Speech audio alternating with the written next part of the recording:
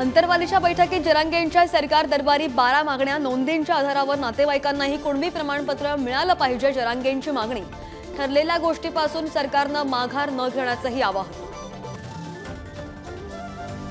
संरक्षण दलासाठी स्फोटकं तयार करणाऱ्या नागपूरमधील सोलार एक्सप्लोजिव्ह कंपनीमध्ये स्फोट, 9 जणांचा मृत्यू।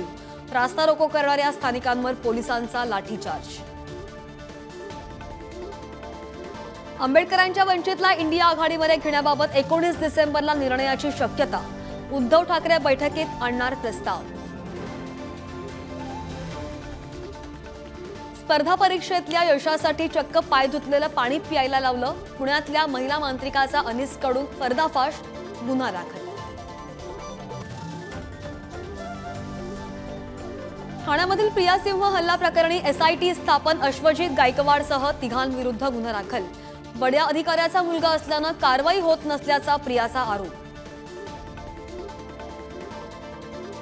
संसदेमधील घुसखोरी प्रकरणातील आरोपींचे मोबाईल राजस्थानमध्ये जळालेल्या अवस्थेत सापडले। मोबाईलमधला डेटा मिळवण्याचं आव्हान।